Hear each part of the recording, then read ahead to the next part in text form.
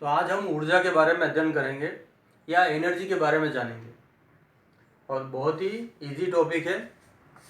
तो ऊर्जा या इंग्लिश में इसको एनर्जी भी कहा जाता है, पूर्व में भी अध्ययन करते हुए आ रहे हैं। तो ऊर्जा यानी कि सिंपल सी बात है, कार्य करने की क्षमता। ऊर्जा कहाँ से प्राप्त होती है? कार्य से ही प्राप्त होती है। कार्य बल और विस्थापन से प्राप्त होता है और कार्य ही ऊर्जा के रूप में प्राप्त होता है। तो कार्य करने की क्षमता को, किसी वस्तु द्वारा कार्य करने की क्षमता क्या कहा जाता है? ऊर्जा कहा जाता है। तो कार्य करने की क्षमता ऊर्जा का रूप कहलाती है, एनर्जी का रूप कहलाती है। तो कार्य हो या ऊर्जा, दोनों ही कौन सी राशि होगी? अदिश राशि होगी। इनकी कोई दिशा निश्चित नहीं होती, डायरेक्शन नहीं होती है। तो ये कौन सी राशि बन गई? अदिश राशि, स्केलर प्रोडक्ट कहलाता है।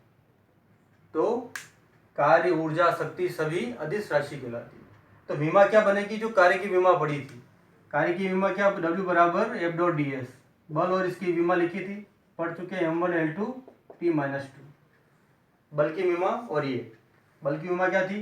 M1L1 T-2 और विस्थापन क्या था? L1 2 के रूप में आ गया। तो फाइनली विमा क्या आ गई? M1L2 T-2। एसआई में मात्रक क्या होता है? अंतरराष्ट्रीय पद्धति, इंटरनेशनल सिस्टम में इसका मात्रक क्या होता है? जूल। तो ऊर्जा का जो मात्रक बनेगा, ये कार्य का सूत्र है, कार्य ही एनर्जी के बराबर है। E बराबर W बराबर F डॉट डी एस, बल इंटू विस्थापन। बल और विस्थापन से विमा क्या आई? जो कार्य की विमा है वही ऊर्जा की विमा, M1L2 T-2। अंतरराष्ट्रीय पद्धति में मात्रक क्या होता है? जूल। अन्य मात्रक क्या होता है? KWH यानी किलोवाट घंटा। तो किलोवाट आवर या किलोवाट घंटा अन्य मात्रक में भी कहलाते हैं।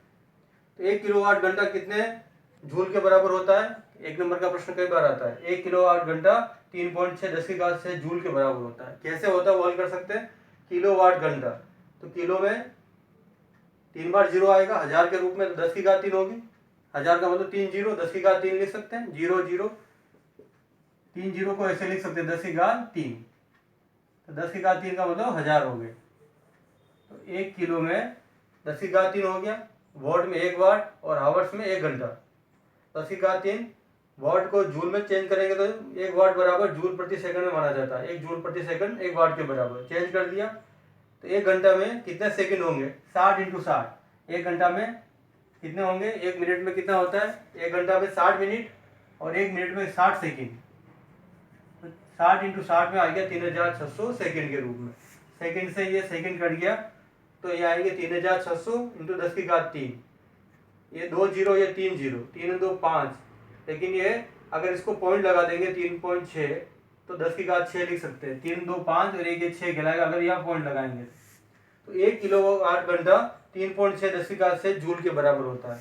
तो एक नंबर का प्रश्न कई बार आता है, 1 किलोवाट घंटा कितने जूल के बराबर है? तो 3.6 10 की घात 6 जूल के बराबर। इसका अन्य मात्रक होता है ऊर्जा का इलेक्ट्रॉन वोल्ट। 1 इलेक्ट्रॉन वोल्ट बराबर 1.6 10 की घात -6 जूल के बराबर माना जाता है। तो ये भी याद रखा जाता है। 1 इलेक्ट्रॉन वोल्ट 1.6 10 की घात 19 जूल के बराबर माना जाता है। तो ऊर्जा के कई रूप होते हैं।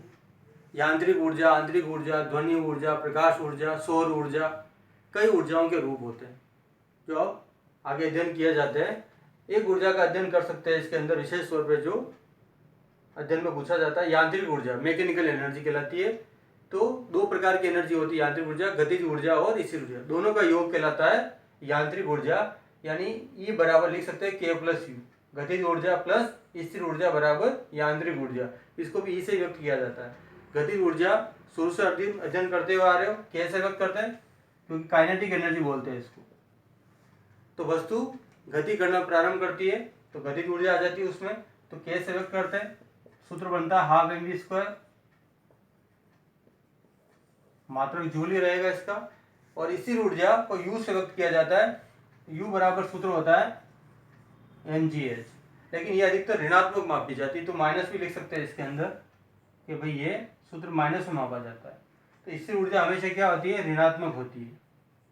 तो किसी वस्तु में स्थिति के कारण, कंडीशन के कारण उत्पन्न संचित ऊर्जा को स्थितिज ऊर्जा कहा जाता है। स्थिति के कारण, तो जैसे घड़ी वगैरह होती है उसमें चाबी वगैरह भरी जाती है तो स्थिति ऊर्जा के रूप में संचित हो जाती है।